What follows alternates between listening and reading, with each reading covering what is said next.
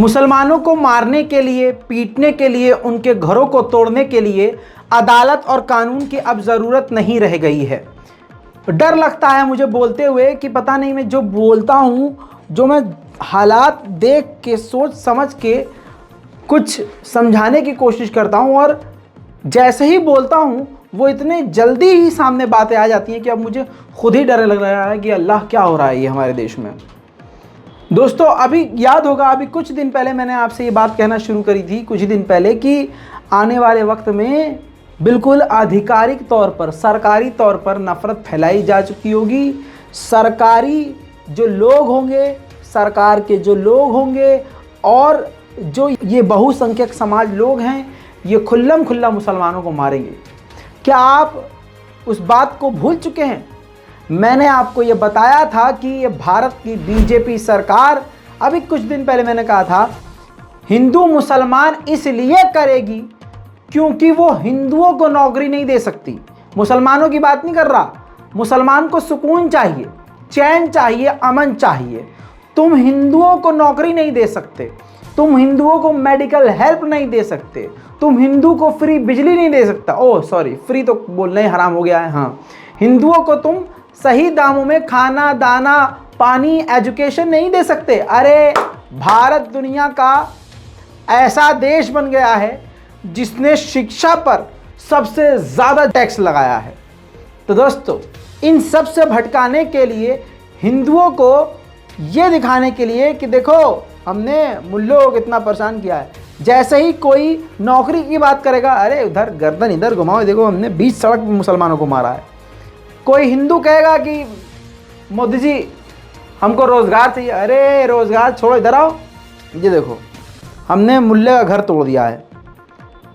अब अगर कोई बात करे भविष्य की, एजुकेशन की, कि फ्यूचर क्या होगा हमारा, तो मोदी जी ऐसे कान पर घसीटेंगे, इधर आओ, मंदिर नहीं बनवाया क्या? हाँ, तो ये सब चल रहा है और अब ज़मीन पर वो चीज़ें नज़र आने लगी। एक भी बात बिना सबूत के नहीं बोलूँगा।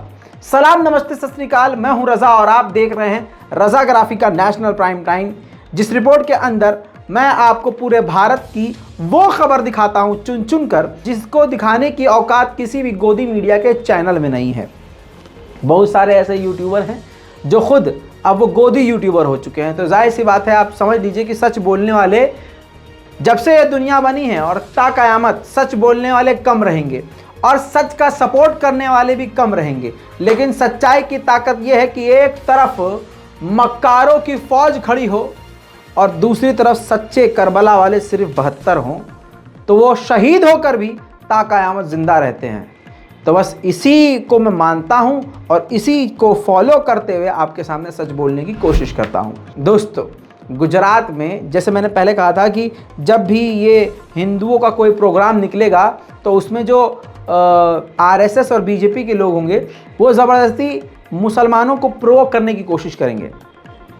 मस्जिद के बाहर जाकर ये खूब नंगा नाच करते हैं, लेकिन पुलिस कार्रवाई नहीं करती कि भाई मस्जिद के आगे आप ये कर क्या रहे हो। लेकिन उधर से अगर आवाज़ उठ जाती है मुसलमानों की तरफ से तो ये फ़ौरन हमला बोल देते हैं और फिर क्या होता है, मस्जिद पर हमला होता है, मुसलमानों को मारा जाता है, फिर मुसलमानों को गिरफ्तार करके मुसलमानों के घरों को तोड़ा जाता है। और अगर मुसलमान पत्थर नहीं चलाते तो इन्हीं के लोग मुसलमान भेष में जाकर पत्थर चला देते हैं। ऐसी भी कई बार खबरें सामने आ चुकी हैं। अब देखिए कहानी कितनी आगे बढ़ चुकी है। अब जो तस्वीर आप ये देख रहे हैं, देखिए ये आम कपड़ों में पुलिस वाले हैं जो एक मुसलमान को बुरी तरह से मार रहे हैं। गुजरात का यह मामला है। मोदी सरकार मॉडल दिखा रही है अपना। मोदी जी मॉडल बता रहे हैं, दिखा रहे हैं हिंदुओं को, बेरोजगार हिंदुओं को खुश करने की कोशिश की जा रही है। इस प्रकार से कहा यह गया कि नवरात्रि के जुलूस पर पथराव किया गया, गरबा पर पथराव किया गया और 9 मुस्लिम युवकों को गिरफ्तार किया गया और फिर उनको बीच सड़क पर हिंदू समाज के सामने, पूरे मोहल्ले के सामने उनको जानवर की तरह पीटा गया। फिर पीटने के बाद भी हिंदुओं से माफ़ी मंगवाई। उसके बाद आप सोच सकते हैं, मैं तस्वीर पूरी नहीं चलाऊंगा, हटा दिया मैंने, लेकिन इसी बात को देखते हुए, इस मुस्लिम युवक को पीटता हुआ देखते हुए बहुसंख्यक समाज कितना खुश हो रहा था, कैसे चीख रहा था, वो मैं आपको फुल स्क्रीन पर दिखाऊंगा। ये देखिए।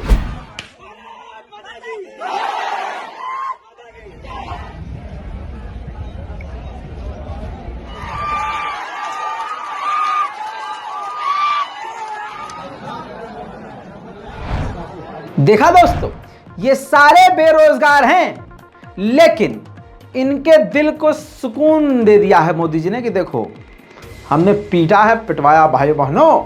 इतना ही नहीं, उन मुसलमानों को पीटा भी, माफ़ी मंगवाई भी, हिंदुओं को खुश किया भी गया, बहुसंख्यक समाज के लोगों को खुश किया भी गया। इसके बाद तुरंत प्रभाव से आनन फानन उनके घर पर बिल्डोजर चला के उनके घरों को यहूदियों की तरह तोड़ दिया गया। जैसे यहूदी इजराइल फिलिस्तीनियों के घरों को तोड़ता है, वैसे ही इलीगल कंस्ट्रक्शन बता के तुरंत ही उन 9 मुसलमान लोगों के घरों को तोड़ा गया है।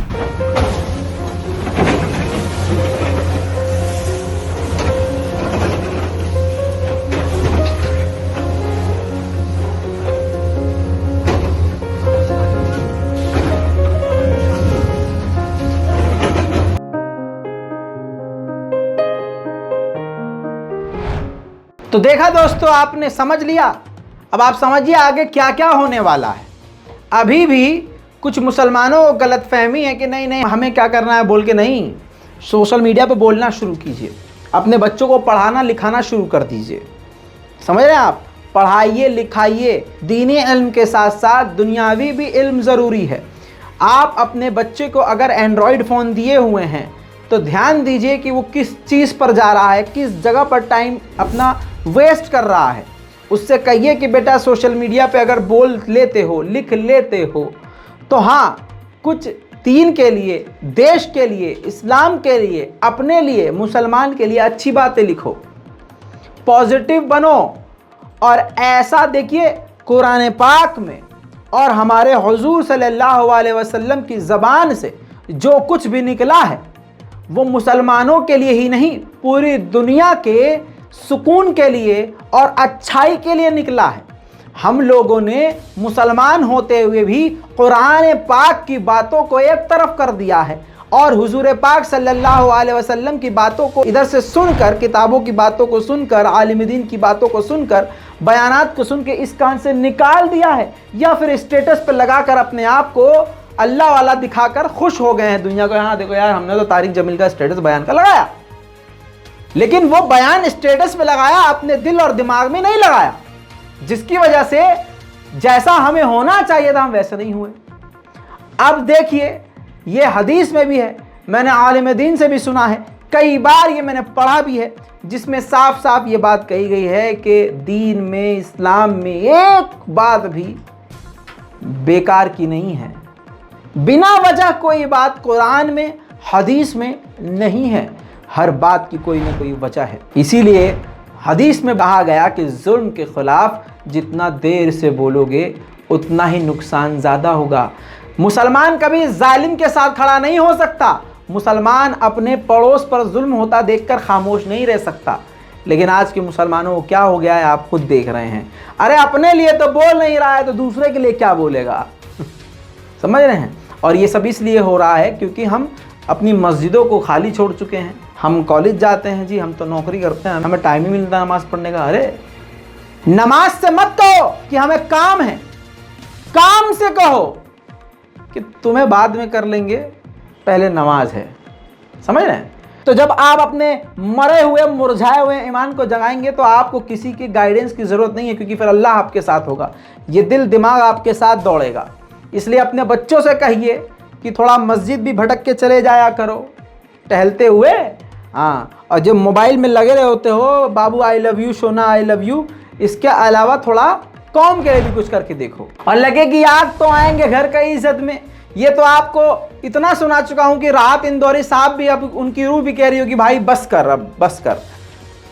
लेकिन खैर, अब आपको बता दूं कि जो खुश हो रहे थे बिल्डोजर, उन पे भी बिल्डोजर चला है। अभी 2 दिन पहले मैंने आपको दिखाया है, गाजीपुर के जमनिया का ये मामला है। माताएं बहनें अन्याय के खिलाफ सड़कों पर उतरी, घर के बाहर आई, तो वहाँ जो है पुलिस प्रशासन मौजूद था। वहाँ पर जो इंस्पेक्टर साहब थे, सीओ साहब, उन्होंने महिलाओं को खुली धमकी दी। क्या धमकी दी? इनका नाम लिखो, इनका नाम लिखो, इनके घर पर बुलडोजर चलेगा। सुनिए अब। सबका चालान बनवाइए, सबके घर भी गिराने का नोटिस दे दीजिए, परमिशन आ जाएगी।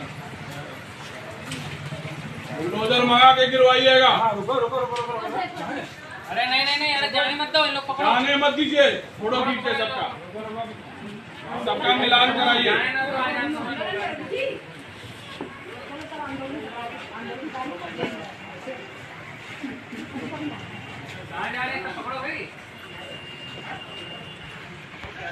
दशहरा और दुर्गा पूजा त्योहार को दृष्टि में रखते हुए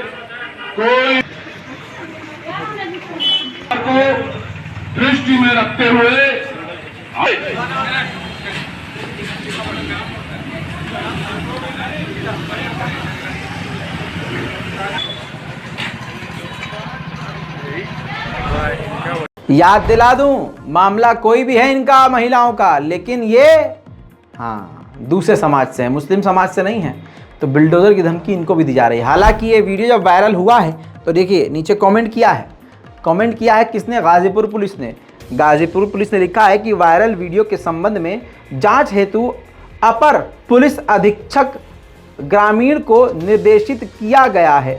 जांच उपरांत नियमानुसार विविध कार्यवाही की जाएगी।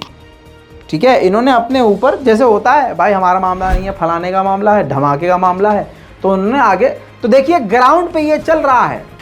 तो जो बिल्डोजर वाली जो राजनीति चल रही है, ये लिख के ले लीजिए।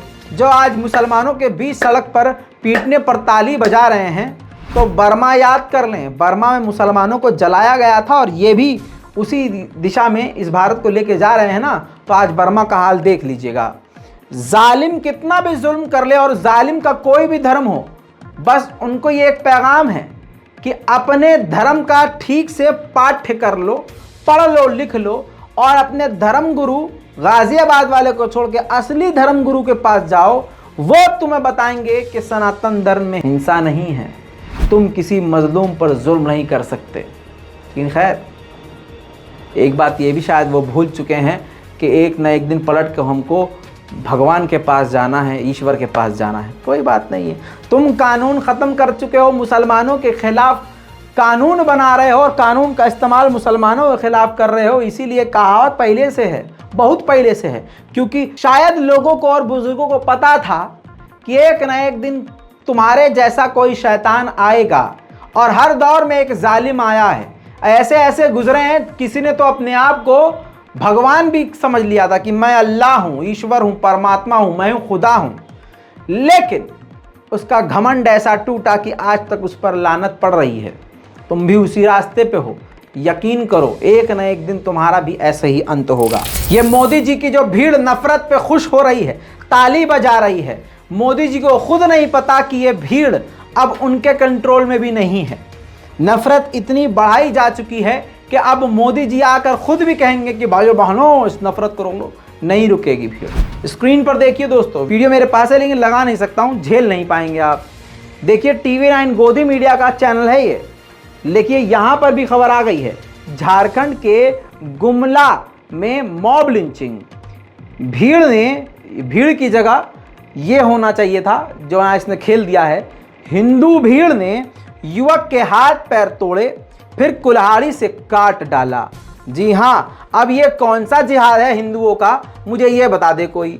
देखिए सीधे नीचे लिखा हुआ है, झारखंड में एक बार फिर, यानी इससे पहले भी कई घटनाएं हो चुकी हैं, इससे भी ये साबित हुआ।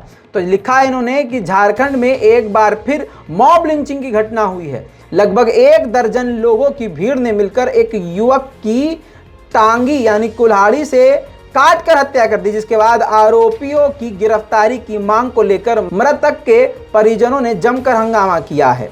बता दें कि गुमला जिले के जारी थाना क्षेत्र गोविंदपुरी पंचायत के तिगरा गांव निवासी 32 वर्षीय एजाज खान की हत्या हिंदू भीड़ ने लाठी और कुल्हाड़ी, डंडे, लात घूसे मारकर मॉब लिंचिंग के द्वारा उनको कत्ल कर दिया। पहले लाठी डंडों से पीटा, फिर कुल्हाड़ी से काटकर हत्या कर दी।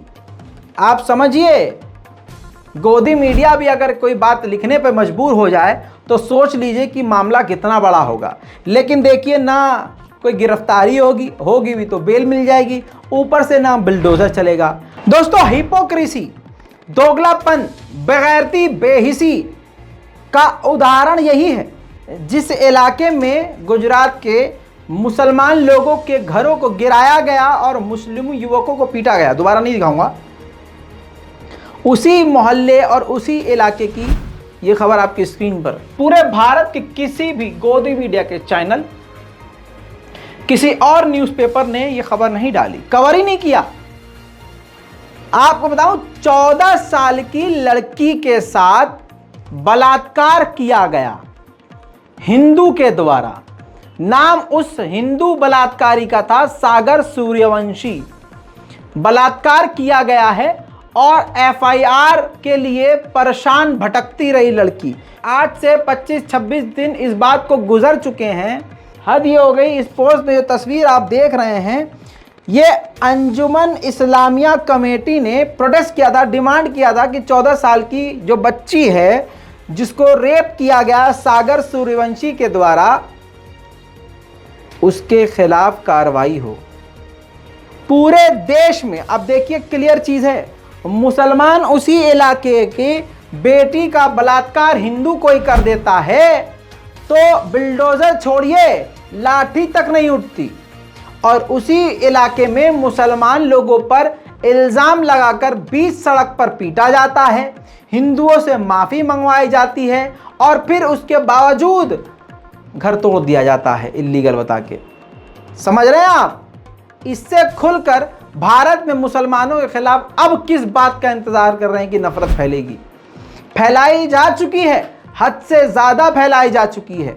यानी एक मुस्लिम औरत का बलात्कार होगा तो मजा लिया जाएगा कि शांत रहो यार, मोदी जी आए इसीलिए कि खुलकर तुम भी कर सको, हम भी कर सकें।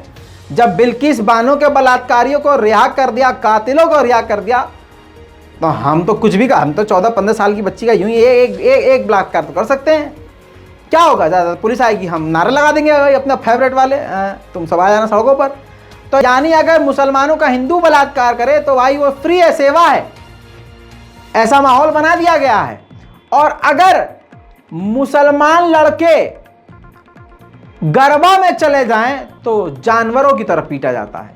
इससे क्लियर और आपको क्या सबूत दूं कि भाई भारत में कानून राज खत्म किया जा चुका है, ये संघी राज चल रहा है। कोई भी सच बोलता है वो गद्दार हो जाता है, देशद्रोही हो जाता है। चलो अंधभक्तों के दोनों कान पकड़कर गू में डालते हैं उनका।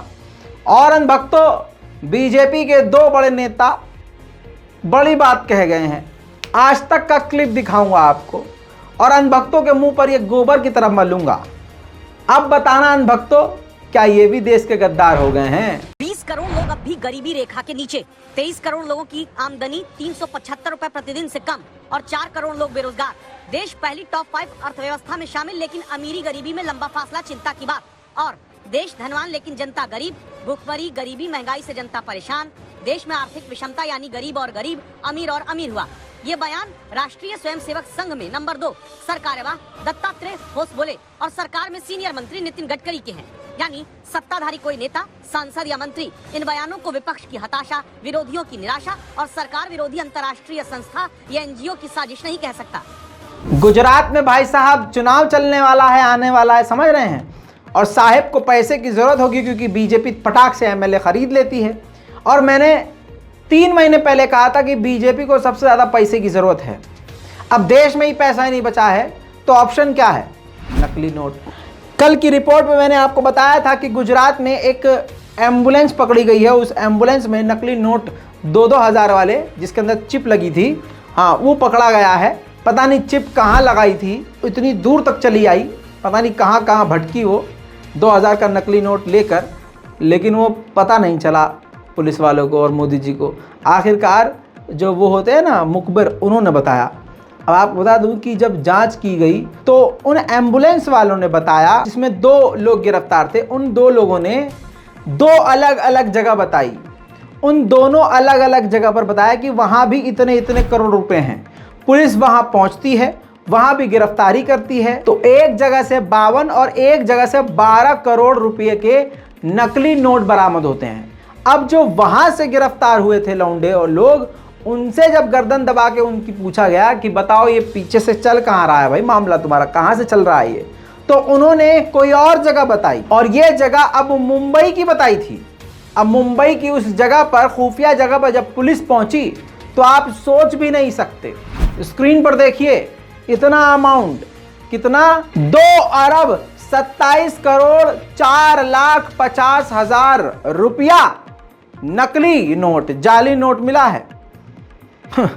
अब नेगेटिव लोग कहेंगे कि नोटबंदी क्यों की थी, हैं गंदे लोग। अबे नोटबंदी की थी ससुरो तुम्हारे लिए, मोदी जी ने अपने लिए थोड़ी ना करी थी, यही तो करना था। कमाल। अब दोस्तों अच्छी बात यह है कि कांग्रेस में कुछ ऐसे लोग हैं जो बीजेपी के बड़े बड़े दिग्गज नेताओं की जम के धुलाई कर रहे हैं। धुलाई देख के आपके दिल का मैल भी थोड़ा सा हल्का होगा। देखिए और सुकून लीजिए। 5 साल की एक बच्ची का था जिसका मैंने जिक्र किया है, और एक नफरती आदमी ने, क्योंकि इससे मुझे बदतमीज महिला कहा था और आपने इसे नहीं टोका था, तो ये नफरती चिंटू जो बैठा है, इसने 5 साल की एक बच्ची का फोटो ट्वीट किया था। क्या इसकी हिम्मत है कि उस बच्ची के फोटो के नीचे जो गंदे गंदे कमेंट एक 5 साल की बच्ची के लिए लोगों ने कहे उसको देखे?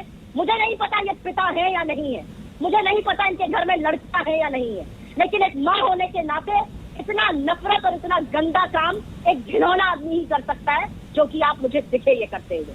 क्योंकि आपको अगर 5 साल की लड़की में भी पुष्टिकरण और उसका धर्म नजर आ रहा है, तो आपकी घटिया सोच पर मुझे गुस्सा नहीं, तरस आता है।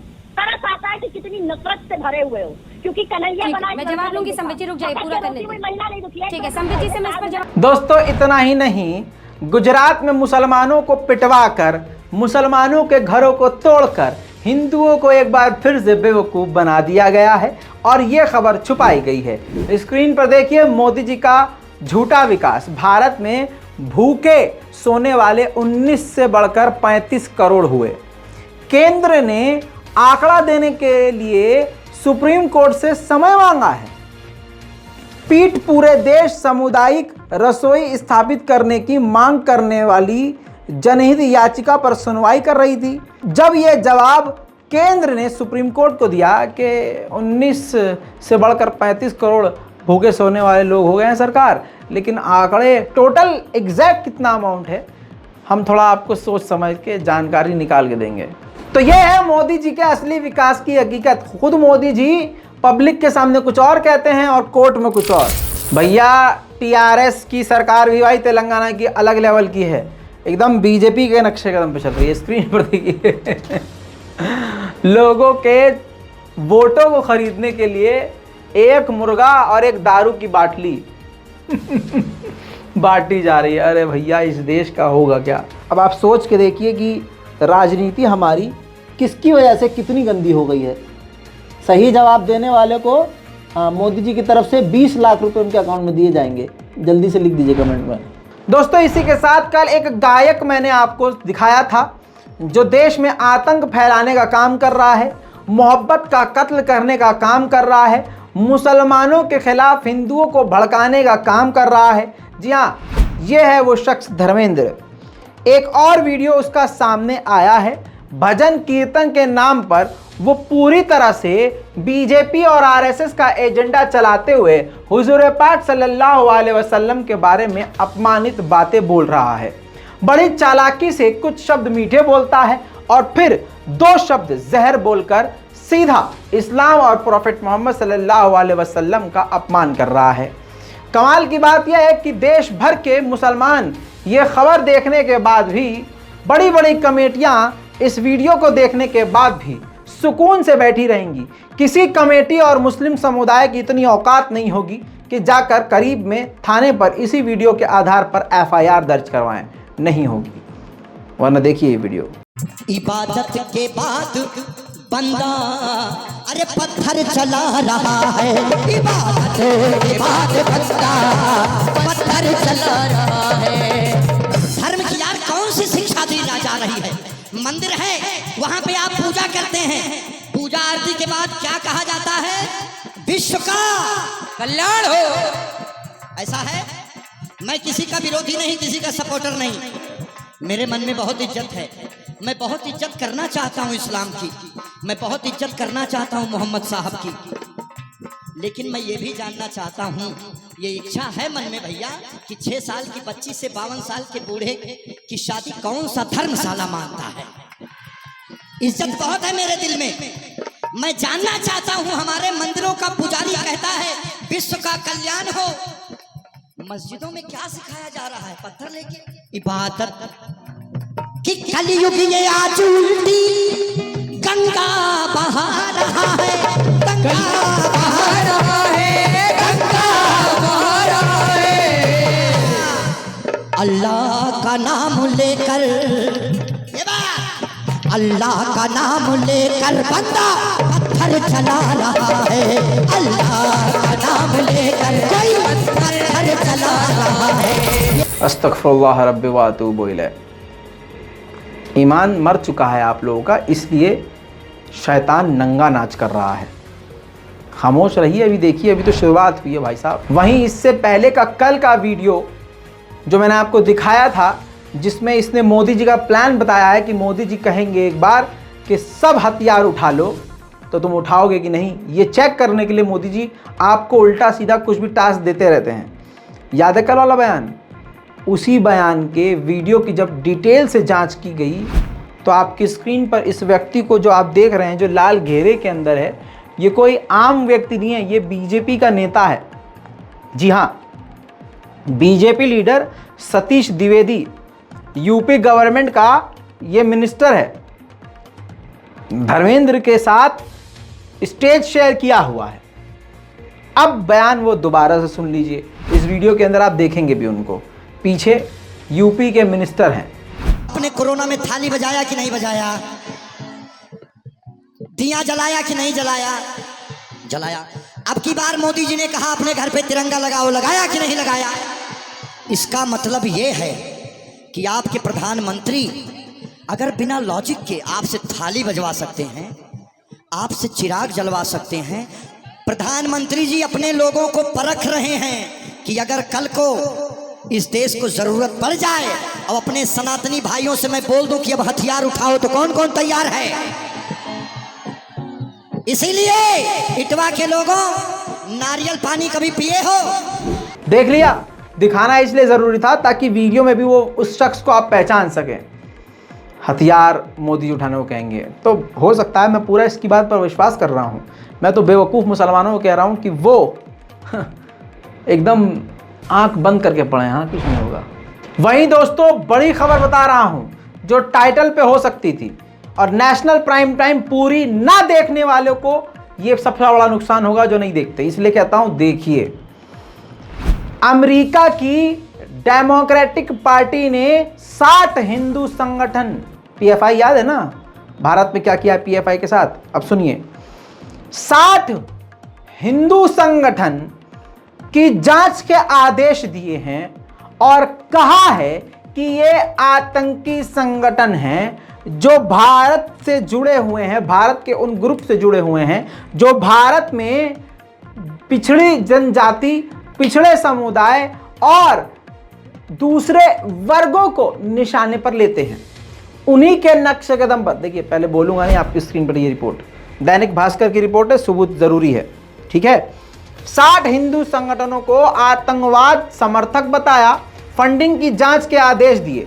अमेरिका में डेमोक्रेटिक सरकार के खिलाफ भारतीयों का विरोध, भारतीयों का नहीं संघियों का विरोध बे जानवर, दैनिक भास्कर सच लिखा कर औकात रहा करे तो।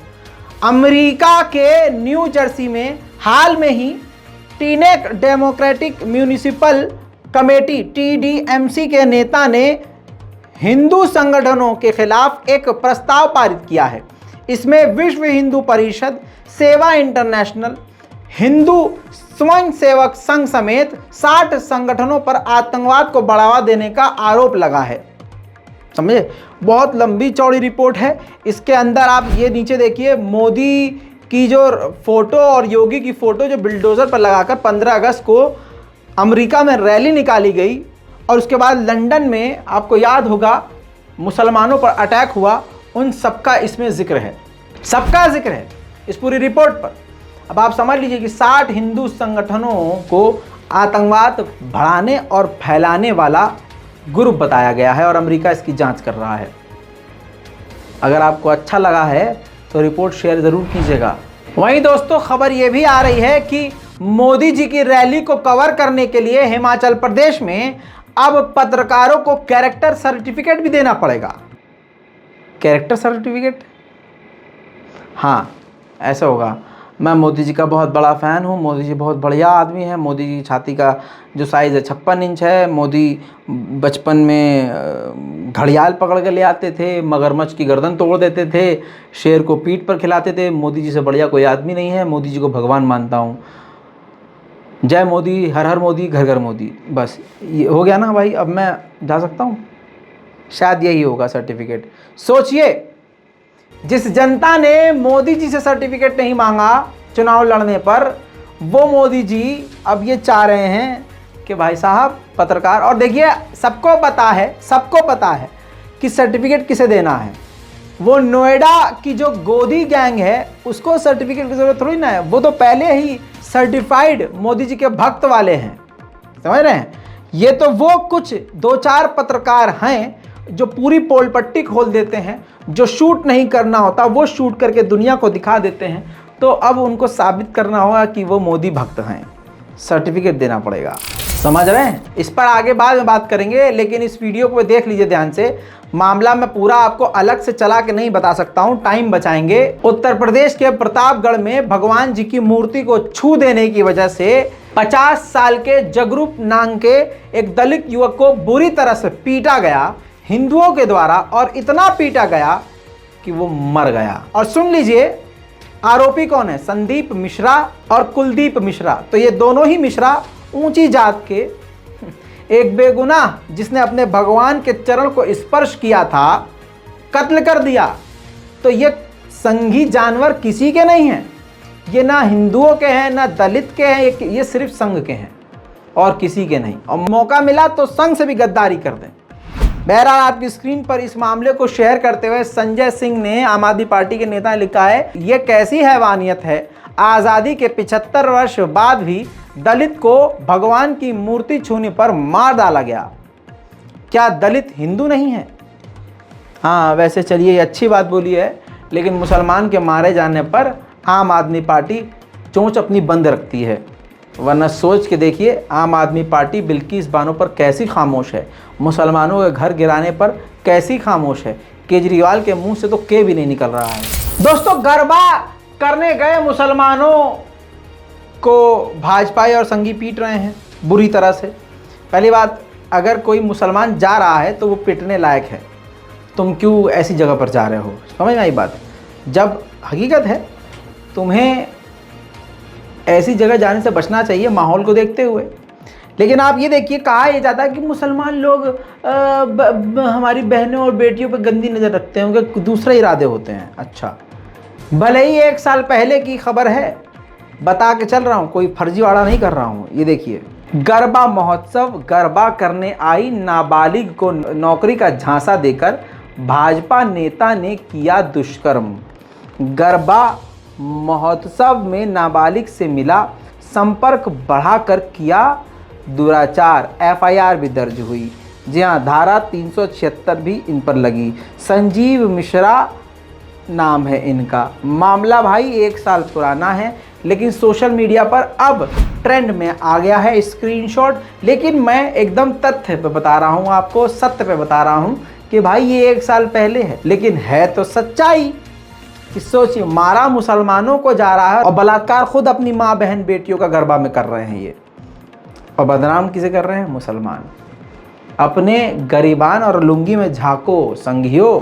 वहीं आज जो साहेब पत्रकारों से कैरेक्टर सर्टिफिकेट मांग रहे हैं और इस तरह से मोदी जी पत्रकारों, भाजपा पत्रकारों को डराने का काम कर रही है, वही मोदी जी एक ज़माने में पत्रकारों के लिए कुछ अलग बात बोले थे।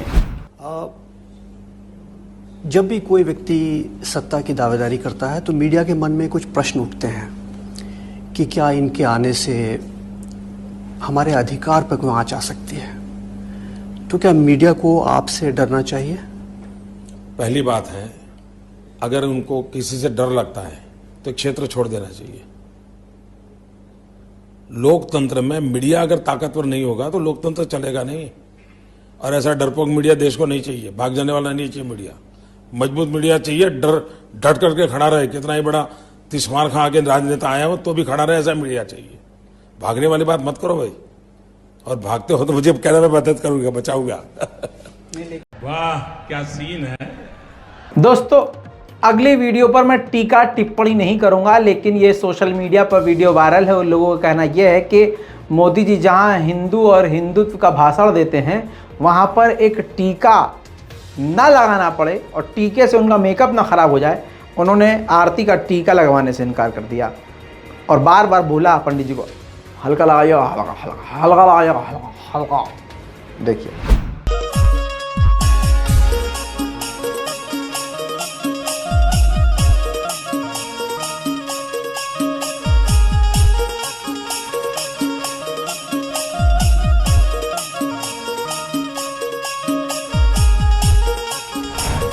दोस्तों कई दिनों से मैं आपको रामलीला के खूबसूरत मंजर दिखा रहा हूं। देखिए भक्तों का बचपन, और भक्तों के अगर कुछ बच्चे हैं तो वो कैसी रामलीला में जा रहे हैं और असल में उनके बच्चे रामलीला में कर क्या रहे हैं।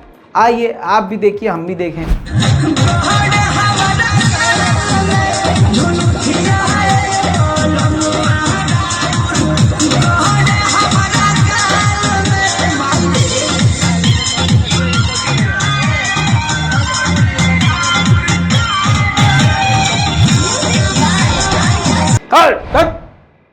ज़्यादा मज़ा नहीं लेना है। हाँ, अंधभक्तों के बच्चे हैं, देखिए यही भविष्य अंधभक्तों का। जब से 2014 में मोदी जी की सरकार आई है तब से हिंदुत्व की तस्वीर, रामलीला की तस्वीर, दिवाली की तस्वीर, हर चीज़ की तस्वीर बदल गई है। और ये खुद अपने ही धर्म को बदनाम करने का काम, ऐसा काम कर रहे हैं।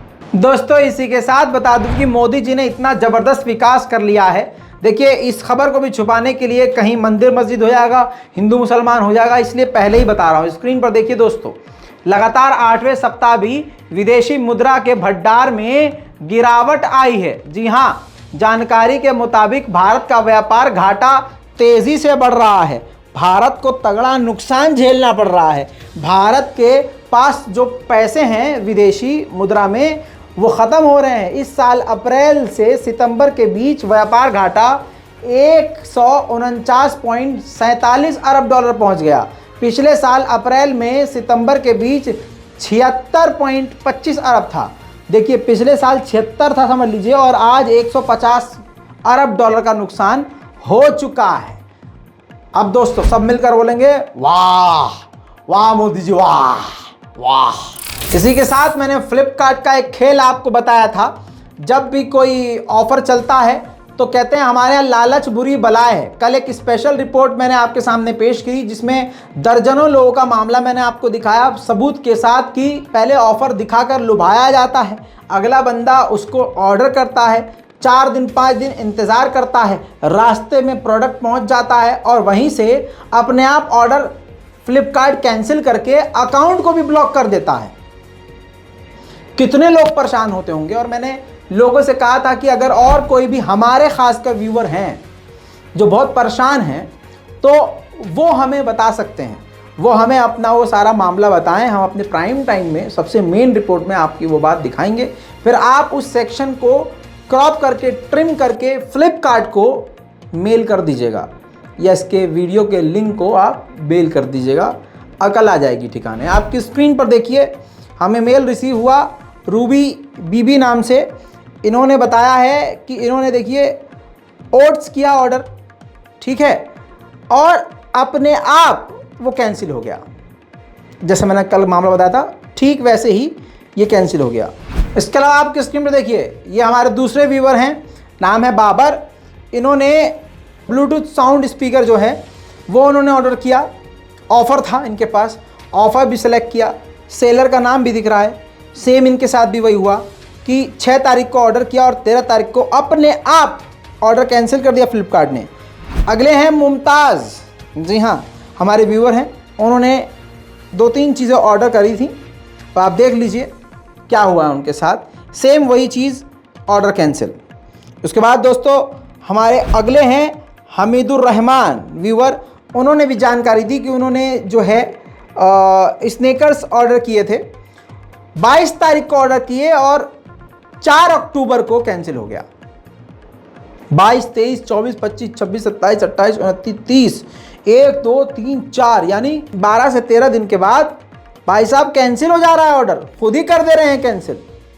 10-10, 15-15 दिन वेट करवाया जा रहा है और फिर ऑर्डर कैंसिल कर दिया जा रहा है। ऐसा आपके साथ भी हो रहा होगा, बहुत सारे लोगों के साथ हो रहा है। लालच बुरी बला है, लेकिन फ्लिपकार्ट का ये सबसे बड़ा बिग बिलियन फ्रॉड चल रहा है।